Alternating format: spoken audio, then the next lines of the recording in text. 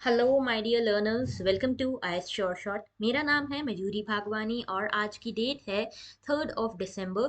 3 दिसंबर और साथ में 2 दिसंबर दोनों के ही हम न्यूज़ आर्टिकल्स को आज इस डेली न्यूज़ एनालिसिस में एनालाइज करने वाले हैं। कल मेरी तबीयत थोड़ी सी ठीक नहीं थी, इसीलिए आ नहीं पाया एनालिसिस। ठीक है, तो उसको भी आपको उसका टेंशन लेने की जरूरत नहीं, कुछ भी छूटेगा नहीं। Everything would be covered under this daily newspaper analysis.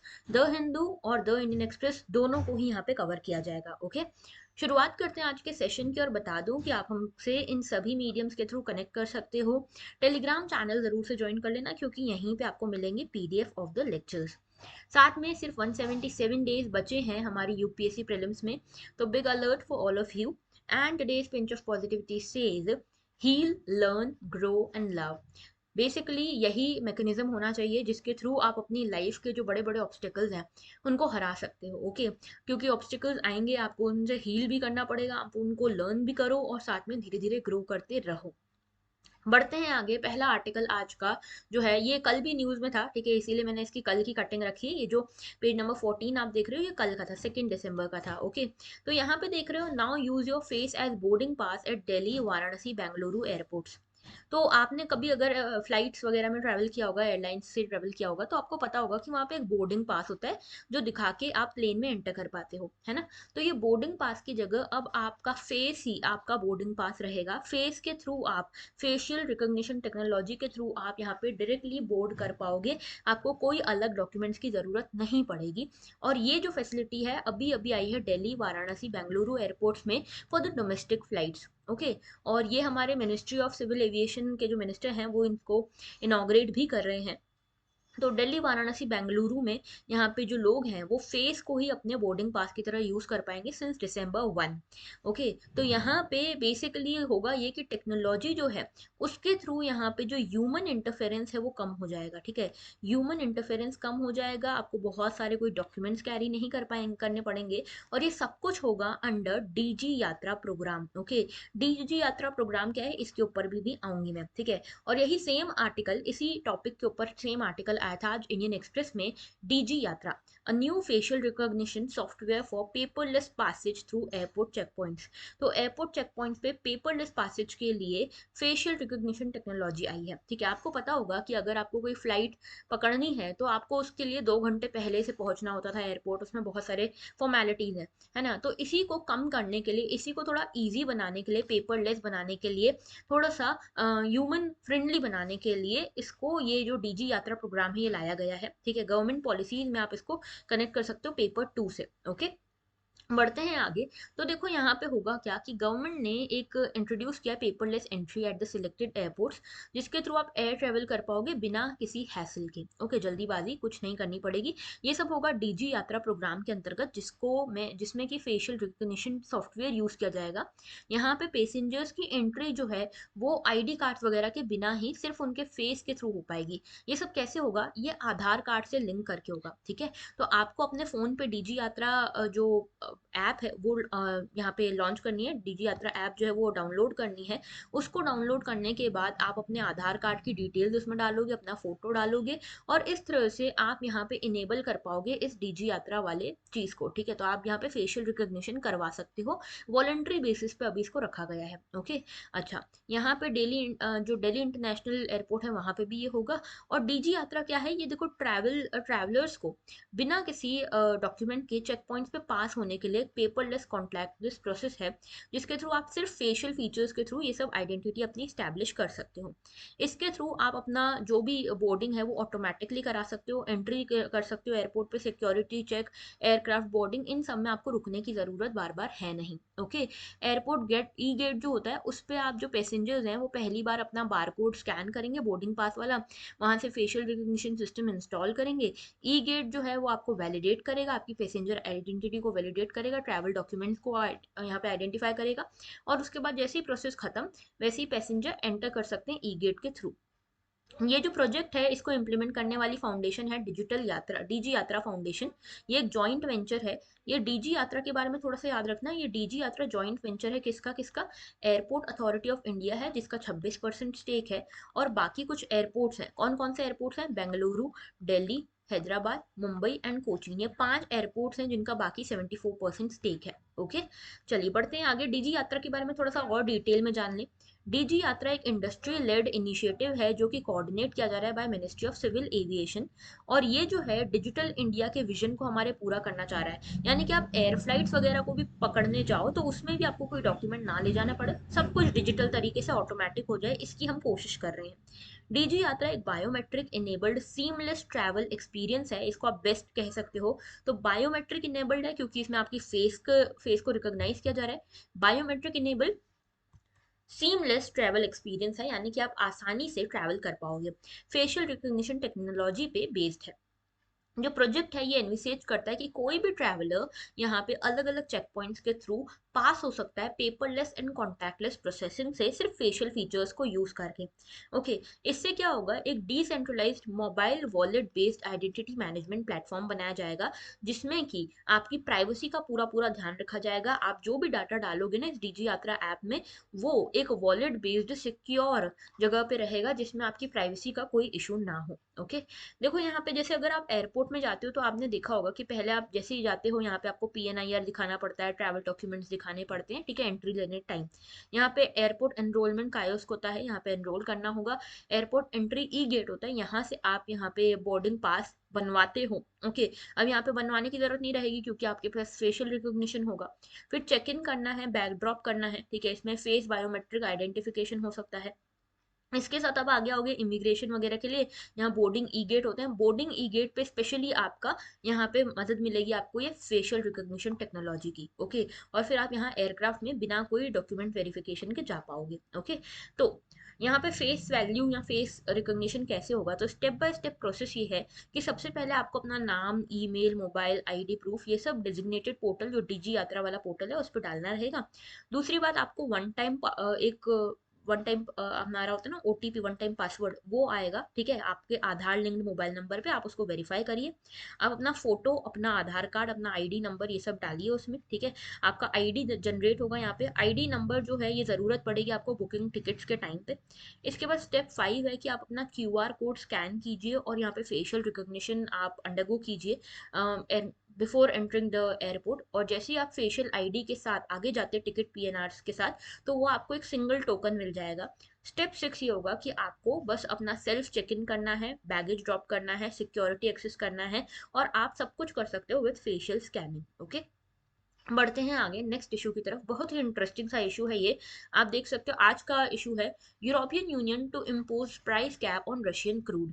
तो हुआ कुछ यूं है कि रशिया यूक्रेन वॉर चल रहा है, ठीक है। रशिया यूक्रेन वॉर के चलते यहाँ पे ईयू, यूएस और इस तरह की सारी वेस्टर्न कंट्रीज कोशिश में लगी हुई हैं कि किसी तरह से रशिया का जो पैसा है वो ड्रेन आउट हो जाए, रशिया के पास पैसा ना रहे, और उस चक्कर में फिर इसकी मिलिट्री को कोई फंडिंग नहीं मिल पाए। अगर मिलिट्री की फंडिंग रुक गई तो फिर यूक्रेन वॉर भी रुक जाएगा। तो ये बेसिकली इस कोशिश में लगे हुए हैं सारे वेस्टर्न कंट्रीज। अब यहाँ पे इसके लिए रशिया जो क्रूड ऑयल सप्लाई कर रहा है बाकी देशों को, वो पहले ही डिस्काउंटेड रेट में कर रहा है, और ऐसे में अब यहाँ पे यूरोपियन यूनियन, यूएस, इन सब ने बोला कि अरे भाई हम तो रोक ही नहीं पा रहे, रशिया ये क्रूड ऑयल एक्सपोर्ट कर रहा है, हम रोक ही नहीं पा रहे। तो इन्होंने बोला हम एक स्कीम लाए हैं। सब लोग सुनो, ये इनकी स्कीम क्या है। देखो स्कीम ये है कि यहाँ पे बेसिकली आप क्या करो, यहाँ पे बोला गया यूरोपियन यूनियन, यूएस, ये सब बोल रहे हैं कि आप क्या करो, आप यहाँ पे रशिया का जो ऑयल है वो खरीदो, हम आपके ऊपर सैंक्शन नहीं लगाएंगे, आप खरीदो, लेकिन खरीदना है इतने रुपए से कम, यानी कि $60 पर बैरल बोला गया है। $60 पर बैरल से कम में आपको इसको खरीदना रहेगा। अगर आप इससे कम में खरीदते हो तो हम आपको सारी सर्विसेज देंगे, हम आपको क्लियरेंसेस दे देंगे, आपको कहीं से कोई रोक टोक नहीं होगी, आप रशिया से ऑयल खरीदो, लेकिन $60 पर बैरल्स के नीचे खरीदो। इससे क्या होगा कि लोग खरीदेंगे, ठीक है, वैसे भी अभी खरीद ही रहे हैं, तो लोग खरीदेंगे और कोई सैंक्शन उनको फेस नहीं करने पड़ेंगे, और दूसरा रशिया के पास पैसा कम जाएगा। तो इसको आप इंडियन इकोनॉमी से कनेक्ट कर सकते हो पेपर 3 से, लेकिन इसके साथ में आप इसको जीएस पेपर 2 से ज्यादा कनेक्ट कर सकते हो इन आईआर। ओके, इंटरनेशनल रिलेशन, दो चीजों से कनेक्ट हो रहा है, दोनों में इससे रिलेटेड आपको क्वेश्चंस देखने को मिल सकते हैं यूपीएससी मेंस। ओके, तो देखो पूरा मुद्दा क्या है। मुद्दा पहले यूरोपियन यूनियन और G7 के बारे में जान लो। यूरोपियन यूनियन क्या है, एक 27 कंट्रीज का ग्रुप है, इकोनॉमिक एंड पॉलिटिकल ब्लॉक इसको कह सकते हो। इसमें से 19 कंट्रीज की एक ही करेंसी है जिसका नाम है यूरो। बाकी 8 ईयू कंट्रीज हैं जो यूरो यूज नहीं करती हैं। इन्होंने साथ में आई, ये यूरोपियन यूनियन की जो कंट्रीज साथ में आई वो इसीलिए आई कि एक सिंगल यूरोपियन पॉलिटिकल एंटिटी बनाई जा सके वर्ल्ड वॉर 2 के बाद, और एक स्ट्रॉन्ग ब्लॉक के फॉर्म में सामने आ सके, एक इंटरनल सिंगल मार्केट बना सकें, और सो एज कि यहाँ पे इकोनॉमिक टर्म्स में एक इंटीग्रिटी रहे, एक आगे बढ़ने का बेसिकली सपोर्ट रहे एक दूसरे का। ओके, ये देख पा रहे हो यूरोपियन यूनियन का ये मैप है, ठीक है, चाहो तो देख सकते हो इसको, ये पूरा जो एरिया है ये यूरोपियन यूनियन में आता है। अब यूके जो है ना वो यूरोपियन यूनियन का पार्ट नहीं है। ओके, देन बात करते हैं आगे G7। G7 की भी बार बार बात हो रही है, ये यूरोपियन यूनियन जो है ना ये G7 का ही पार्ट है। ओके, और ये G7 कंट्रीज सारी डेवलप्ड कंट्रीज हैं जो कि बेसिकली रिप्रेजेंट करती हैं वेस्टर्न ब्लॉक को, जो कि अगेंस्ट में है रशिया के। और ये वेस्टर्न ब्लॉक जो है कोशिश कर रहा है कि किसी तरह से रशिया को पैसा ना मिले, फंडिंग ना मिले, और इसके कारण रशिया यूक्रेन वॉर रुक पाए। तो G7 क्या है? G7 जो है basically most developed and advanced countries का ग्रुप है।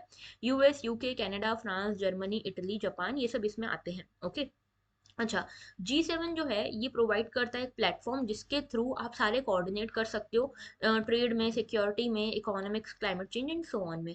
तो ये G7 का ही पार्ट है ईयू, और ईयू बेसिकली कोशिश यही कर रहा है कि यूरोपियन यूनियन कोशिश ये कर रहा है, G7 कंट्रीज ये कोशिश कर रही हैं कि किसी तरह से रशिया को रोका जा सके, क्योंकि देखो अभी क्या है ना, रशिया सबसे सस्ते में ऑयल बेच रहा है, तो कोई भी कंट्री ऑयल खरीदने से क्यों रुकेगी? इंडिया भी खरीद रहा है, चाइना भी खरीद रहा है, कोई रुक ही नहीं रहा, ठीक है।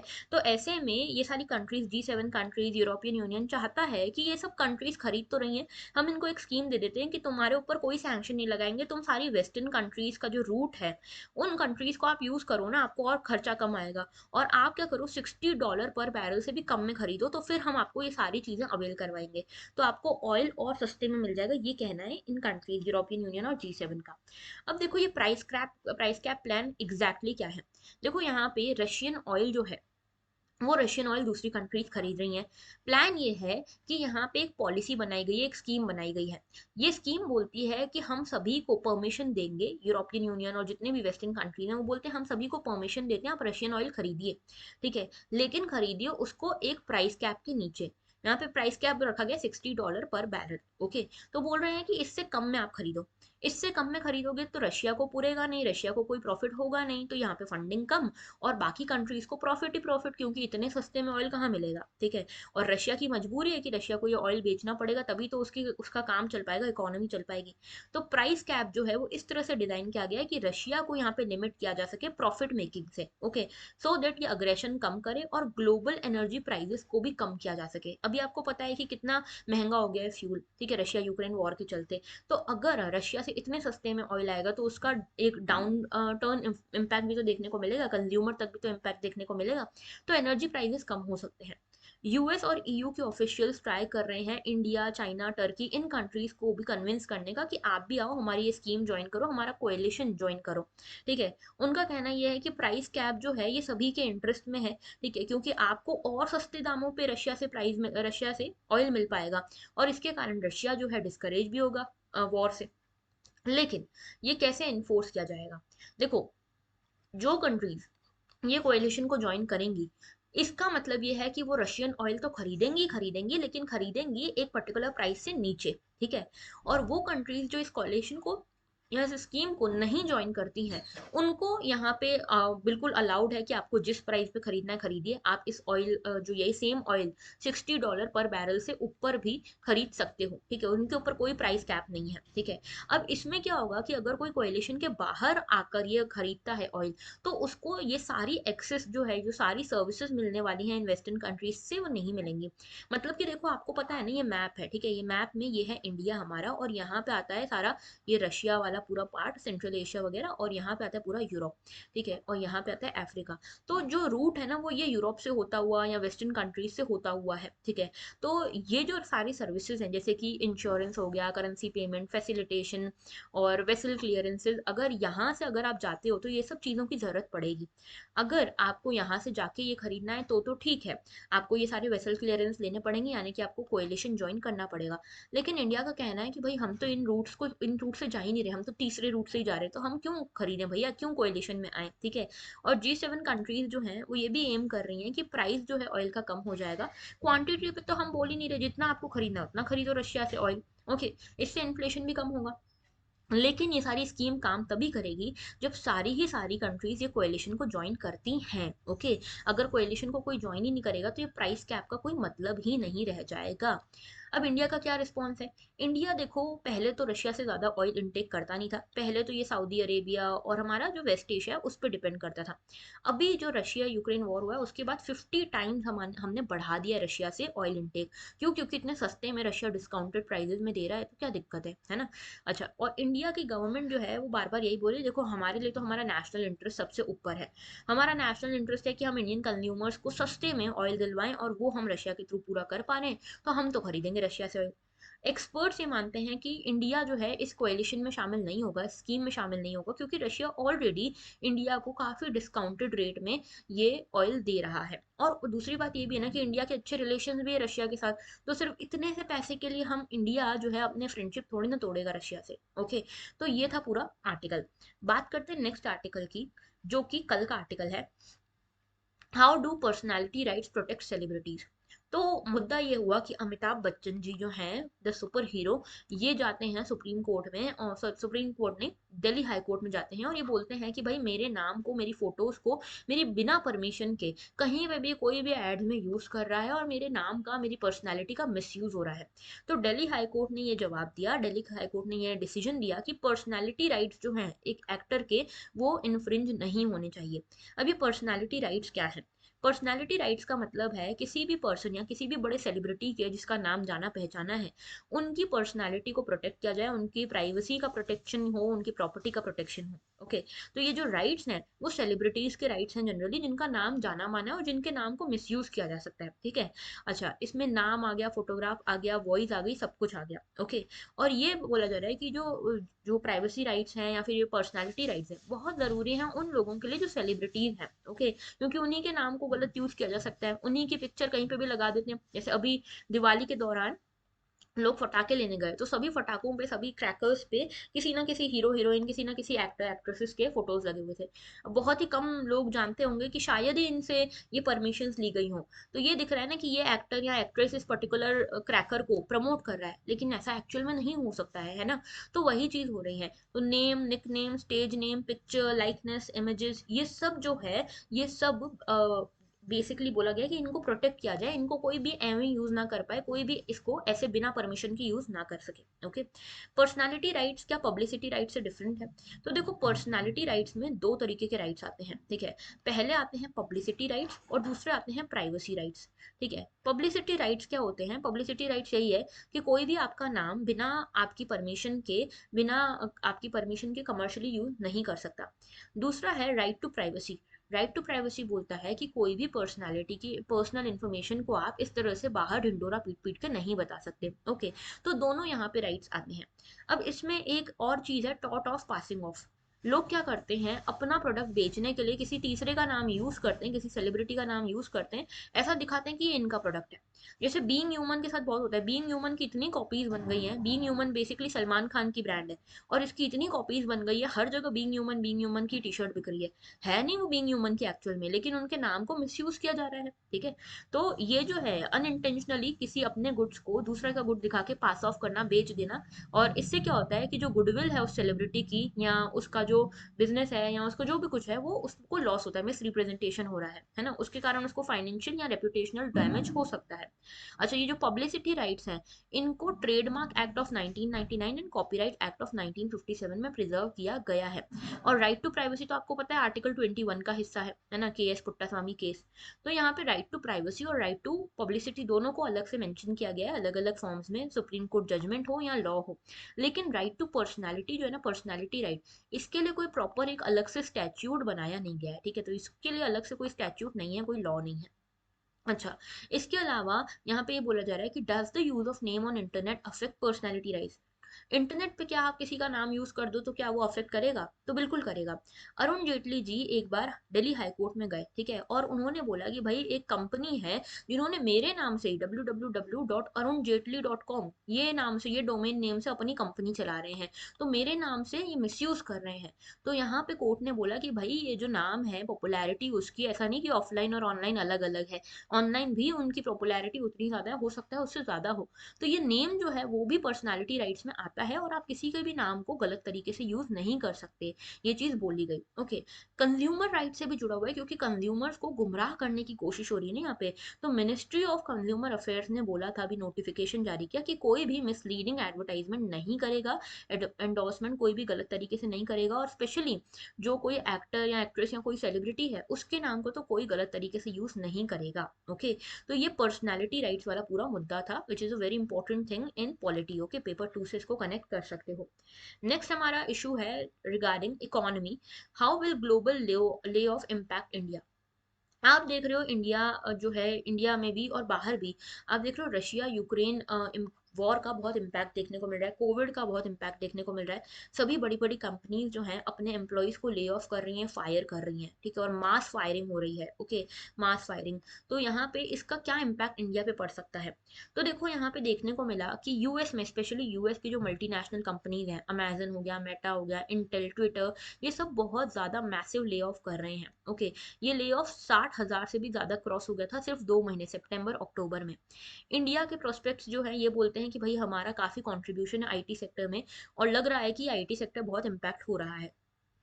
तो यहाँ पे जो सीईओज हैं बड़ी बड़ी कंपनीज के, उनका कहना ये है कि भाई देखो, मैक्रो इकोनॉमिक कंडीशन हमारे हाथ में नहीं है, वर्ल्ड का इकोनॉमी कैसे चल रही है हमारे हाथ में नहीं है। ठीक है, अभी इन्फ्लेशन इतना बढ़ गया यूएस में कि इंटरेस्ट रेट वहाँ की जो फेडरल रिजर्व है उन्होंने बढ़ा दिए हैं। अब इंटरेस्ट रेट बढ़ा दिए हैं तो कंपनीज जो है बोरो नहीं कर पा रही, क्योंकि इतना इंटरेस्ट कौन देगा। और कंपनीज बोरो नहीं कर पा रही तो कंपनीज के पास फंडिंग नहीं, पैसा नहीं है, फंडिंग नहीं, पैसा नहीं, तो कैसे इतने सारे एम्प्लॉयज रख ले। और कोई भी कंपनी जब भी कॉस्ट कटिंग की बात करती है ना, सबसे पहले वो यही सोचती है कि अगर कोई एम्प्लॉय बिना काम का है या कम काम का, उसको निकाल दो।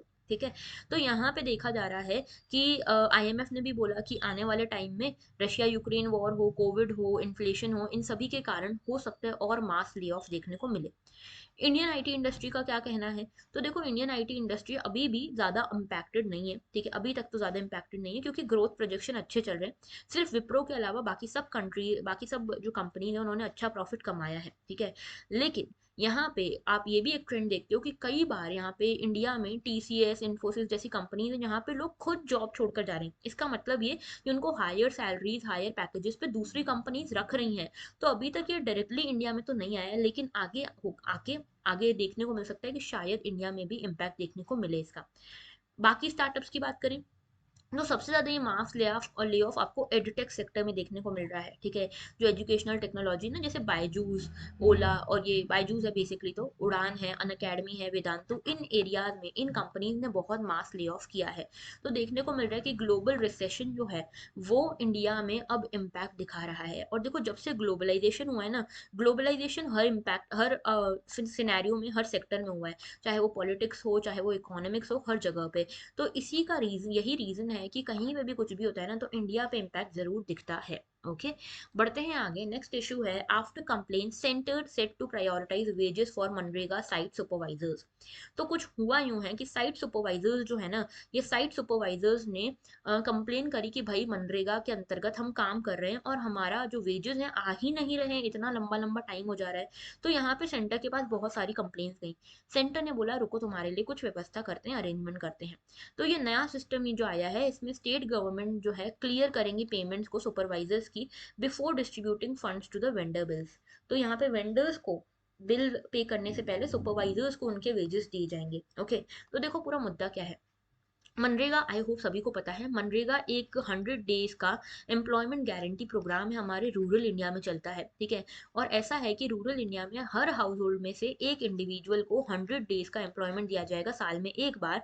और ये एम्प्लॉयमेंट सेमी स्किल्ड या अनस्किल्ड वर्कर्स के लिए होगा। ओके, लेकिन मुद्दा अभी यहाँ पे ये हो रहा था कि इन वर्कर्स को वेजेस ही नहीं मिल रहे लंबे लंबे समय तक। ठीक है, तो ये मेट्स या जो सुपरवाइजर हैं, साइट सुपरवाइजर्स, इनको वेजेस ही नहीं मिल रहे थे। ठीक है, और इनको प्रायोरिटाइज करने के लिए सेंट्रल गवर्नमेंट ने बोला है कि भाई हम आपका जो वेजेस हैं वो 15 दिन के अंदर अंदर दे देंगे, अगर नहीं देते हैं तो हमारी साइड से, सेंटर की साइड से आपको एक कॉम्पनसेशन मिलेगा।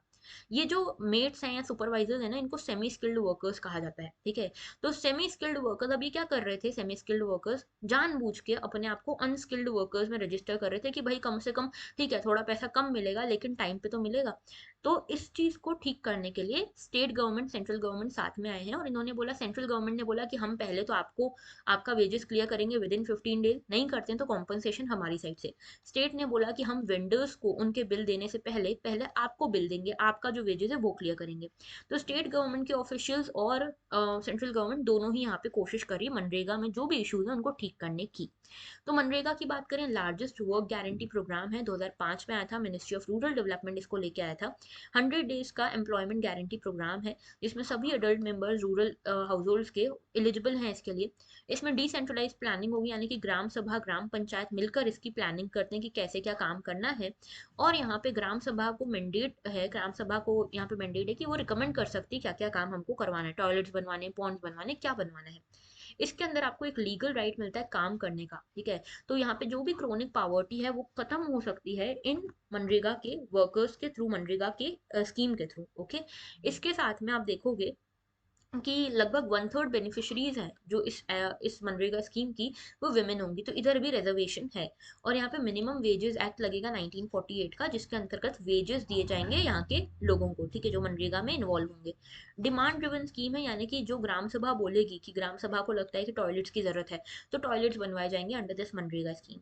और लीगल बैकिंग भी मिली हुई है क्योंकि ये एक्ट के अंतर्गत है। और 15 डेज में अगर किसी मान लो ये पर्सन जाता है ग्राम पंचायत के पास कि मुझे मनरेगा के अंतर्गत काम दे दो, और ये एलिजिबल भी है, और अगर इसको 15 दिन के अंदर काम नहीं मिल सकता तो अनएम्प्लॉयमेंट अलाउंस इसको देना पड़ेगा यहाँ पे, ठीक है। गवर्नमेंट इसको अनएम्प्लॉयमेंट अलाउंस देगी, ठीक है, क्योंकि हम तुमको काम नहीं दे पाए तो बेरोजगारी भत्ता हम तुमको देते हैं, इस तरह से। बेनिफिट्स क्या है, देखो, रूरल वेजेस बढ़ने लगे हैं, ठीक है, माइग्रेशन कम होने लगा है अर्बन एरियाज की तरफ, पावर्टी कम होने लगी है, ग्राम सभा के पास पावर आ गई है, एक फंड्स प्रॉपरली आने लगे हैं, लेबर मार्केट फिर से जगह है, अच्छा हुआ है, अवेयर हुआ है, poverty level SC and ST में भी कम हुए हैं, ठीक है। ऑलमोस्ट 1/3 जॉब्स जो है वो SC ST कम्युनिटीज को मिल रही हैं, आधे से ज्यादा जो विमेन है वो इन्वॉल्व है इसमें, ठीक है। और जो नंबर ऑफ डेज है वो भी बढ़ रहे हैं, ठीक है, वाटर अवेलेबिलिटी जो है डेज की वो भी बढ़ रही है क्योंकि पॉन्ड्स वगैरह बन रहे हैं, क्रॉप पैटर्न्स चेंज हो रहे हैं, तो काफी ज्यादा इम्पैक्ट पड़ रहा है क्योंकि एग्रीकल्चर के ऊपर भी इम्पैक्ट डाला है मनरेगा ने, ओके। तो पूरा मिला के ये था आर्टिकल। देन आता है नेक्स्ट आर्टिकल हमारा, नेक्स्ट आर्टिकल है हमारा regarding paper 2 India and India's interest. तो ग्रुपिंग से रिलेटेड है, IR से रिलेटेड, ओके। तो देखो मुद्दा क्या है कि अभी G20 समिट हो रही है इंडिया में, है ना। G20 समिट की जो हेड है अभी वो इंडिया को बनाया गया है, G20 की लीडरशिप अभी इंडिया को मिली है। तो ऐसे में इंडिया अपने जनता को तैयार कर रही है बाकी बाहर से आने वाले जो हमारे गेस्ट हैं उनके लिए। तो इंडिया में लगभग 1000 टूरिस्ट गाइड्स तैयार किए जा रहे हैं जिनको अलग अलग फॉरेन लैंग्वेजेस आए, जैसे टैक्सी ड्राइवर्स हो गए, कैब ड्राइवर्स हो गए, उन सबको। और जो भी टूरिस्ट गाइड्स हैं उनको अलग अलग लैंग्वेजेस सिखाई जा रही है। और साथ में ये सिखाया जा रहा है कि जो बाहर से मेहमान आएंगे अलग अलग देशों से, 55+ देशों से हमारे देश में मेहमान आने वाले हैं G20 समिट्स के अंतर्गत। तो इन सभी को किस तरह से इंडियन कल्चर दिखाना है और फ्रेंच जर्मन इन लैंग्वेजेस को सीखना है, किस तरह से इंडिया के जो मॉन्यूमेंट्स हैं, क्यूजीन है, हैंडीक्राफ्ट है, उनसे बेसिकली इंट्रोड्यूस करवाना है। आर्कियोलॉजिकल सर्वे ऑफ इंडिया भी इसमें पार्टिसिपेट करने वाला है। फोकस ये रहेगा यूनेस्को वर्ल्ड हेरिटेज साइट्स जो हैं उन पे ले जाया जाए इन गेस्ट को, 100 सेंट्रली प्रोटेक्टेड मॉन्यूमेंट्स जो हैं उन पे ले जाया जाए, और बेसिकली इन जो ह्यूमन गाइड्स हैं, टूरिस्ट गाइड्स हैं, उनकी सॉफ्ट स्किल्स डेवलप की जाए, कम्युनिकेशन हो गया, ये सब डेवलप किया जाए, सो दैट G20 में जितने भी शेरपाज आने वाले हैं, यानी कि जितने भी रिप्रेजेंटेटिव्स आने वाले हैं बाहर के देशों के, उनको इंडिया का सॉफ्ट जो पावर है वो देखने को मिले और इंडिया की एक रेपुटेशन वर्ल्ड में बने कुछ, ठीक है।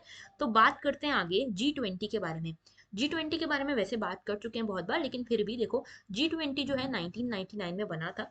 हुआ कुछ यूं था कि पहले G7 था, ठीक है। G7 ने ये बोला कि भाई डेवलप्ड कंट्रीज हैं हम सारी, हम ही तो चलाते हैं पूरे वर्ल्ड को। तो डेवलप्ड कंट्रीज ने अपना एक ग्रुप बना दिया G7। बाद में हुआ एक एशियन क्राइसिस, साउथ एशिया में क्राइसिस आया, फाइनेंशियल क्राइसिस, ये आया था ड्यूरिंग 1990s, ठीक है।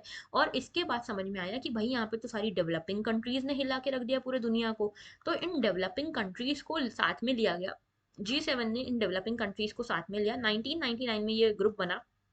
East Asia, South East Asia, इन सभी कंट्रीज को साथ में लिया गया और बोला गया कि सब मिलकर अब फाइनेंशियल स्टेबिलिटी की तरफ काम करते हैं वर्ल्ड की। ये G20 जो है, इसमें 60% वर्ल्ड पॉपुलेशन आती है, 80% ग्लोबल जीडीपी आती है, 75% ग्लोबल ट्रेड आता है। और ये जो G20 है, इसमें कोई परमानेंट सेक्रेटेरिएट नहीं है। जितने भी रिप्रेजेंटेटिव आते हैं G20 कंट्रीज के, उनको शेरपास कहा जाता है। ओके। और ये G20 के शेरपास फाइनेंस मिनिस्टर्स के साथ, सेंट्रल बैंक के गवर्नर्स के साथ काम करते हैं G20 के लिए। ओके। और एम यही है कि इंटरनेशनल इकोनॉमिक कोऑपरेशन हो सके, फाइनेंशियल क्राइसिस को, आने वाले फाइनेंशियल क्राइसिस को हम रोक सकें। ओके। तो यहाँ पे देखो, सबसे पहले ये G7 था, जिसमें Japan, UK, USA, Italy, Germany, France और कनाडा था। बाद में इसकी मेंबरशिप बढ़ाई गई, G8 हुआ तो रशिया को भी शामिल किया गया। लेकिन रशिया ने क्या किया, उस टाइम यूक्रेन पे फिर अटैक कर दिया था 2014 में, तो फिर इनको बाहर निकाल दिया, रशिया को बाहर निकाल दिया। और G20 बना था, जिसमें Argentina, Australia, Brazil, China, European union, India, Indonesia, Mexico, south Africa, south Korea, Turkey अभी शामिल है। ओके। तो याद रखना कि यूरोपियन यूनियन में बता रही थी ना, European Union is a member of G20 and not G7। Okay. बढ़ते हैं आगे। Assam festival celebrates Barak Bangla relation. तो देखो यहाँ पे फर्स्ट फेस्टिवल है ऐसा जो सेलिब्रेट कर रहा है बराक। बराक रिवर है हमारे यहाँ की, ठीक है, जो इंडिया को रिप्रेजेंट करती है, इंडिया के कल्चर को रिप्रेजेंट करती है। और बांग्लादेश के रिलेशन जो है असम और आसपास के नॉर्थ ईस्ट के साथ, उनको यहाँ पे सेलिब्रेट किया जा रहा है इस बराक बांग्ला फेस्टिवल में। ठीक है, इसका नाम क्या रखा गया है, इसका नाम है सिलचर फेस्टिवल। ठीक है, और ये क्यों मनाया जा रहा है, असम में मनाया जा रहा है, क्यों मनाया जा रहा है, 75 ईयर्स कंप्लीट हो गए इंडिया के इंडिपेंडेंस को, और साथ में 50 ईयर्स कंप्लीट हो गए बांग्लादेश के लिबरेशन को। ओके।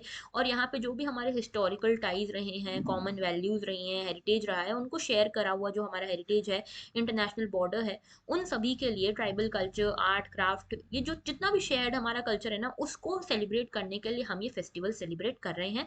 आसाम में नाम है सिलचर सिलहेट फेस्टिवल। सिलचर हमारे यहाँ का है, सिलहेट उनका बांग्लादेश का है। ठीक है, तो इंडियन कल्चर से आप इसको कनेक्ट कर सकते हो।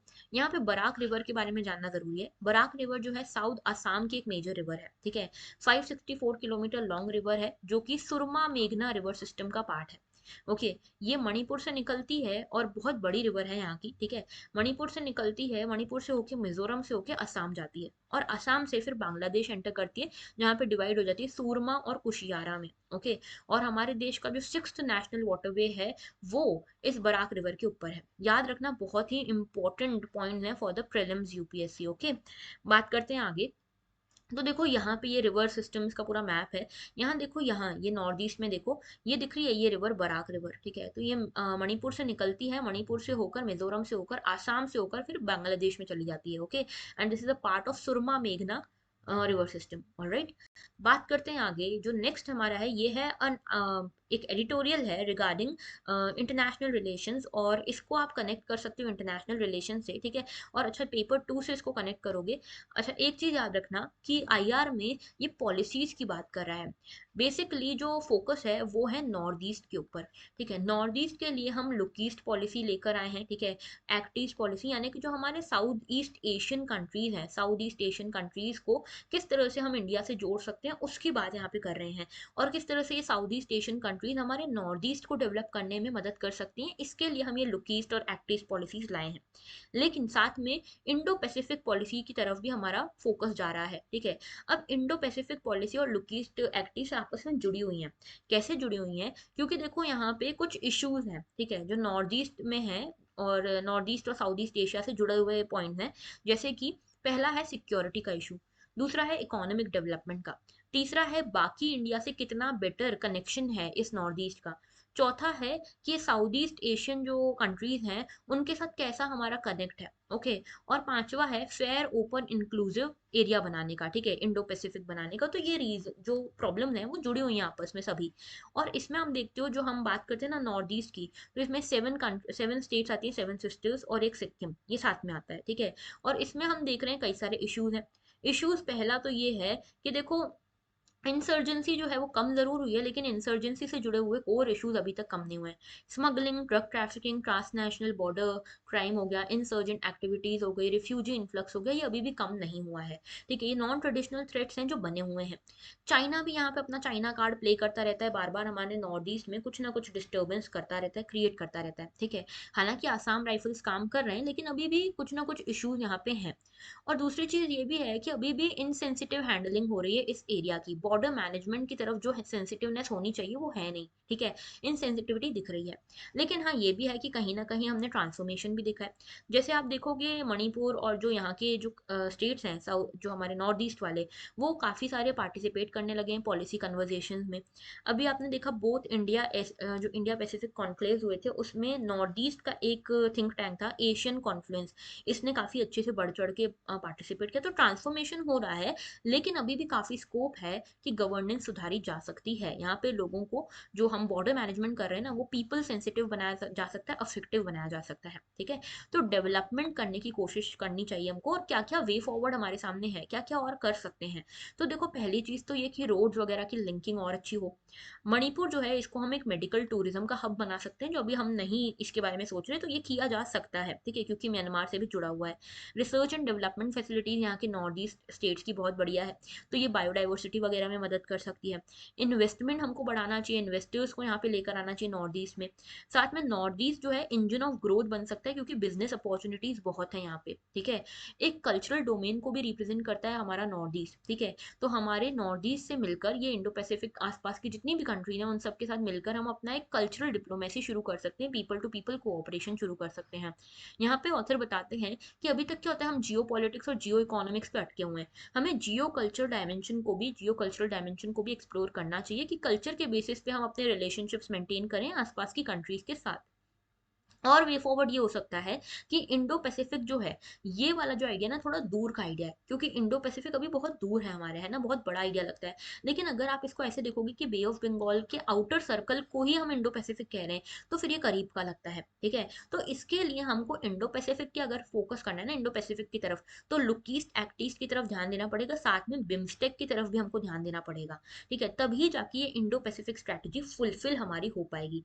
तो लुक ईस्ट एक्ट ईस्ट के साथ में हमको थिंक एंड रिलेट ईस्ट की तरफ भी फोकस करना है, तभी हम ये इंडो पैसिफिक और नॉर्थ ईस्ट का फायदा उठा पाएंगे, ओके, अच्छे से मतलब इनको एक्सप्लोर कर पाएंगे। तो ये था पूरा एडिटोरियल, आई होप समझ में आया। आज का मेंस का क्वेश्चन ये है, how will decision of EU to ban import of Russian oil will impact India and the world, explain. इसमें बैन इंपोर्ट के साथ आप ये भी समझ सकते हो इसको कि प्राइस कैप वाला जो इशू है ना वो किस तरह से इम्पैक्ट करेगा इंडिया एंड वर्ल्ड को, इसके बारे में आपको लिखना है, okay. So that was all आज के लिए, ज़रूर से इसका आंसर लिख के भेजना। और मुझे एक क्वेश्चन आप लोगों से पूछना है, बताओ जरा, ये ट्रॉयका के बारे में आपने सुना होगा, G20 से रिलेटेड है, क्या है ये ट्रॉयका, कमेंट सेक्शन में कमेंट जरूर करना, ओके। तो that was all, thank you for watching. अगर लेक्चर अच्छा लगा है सब्सक्राइब करना मत भूलना, लाइक करना मत भूलना, and have a very good day.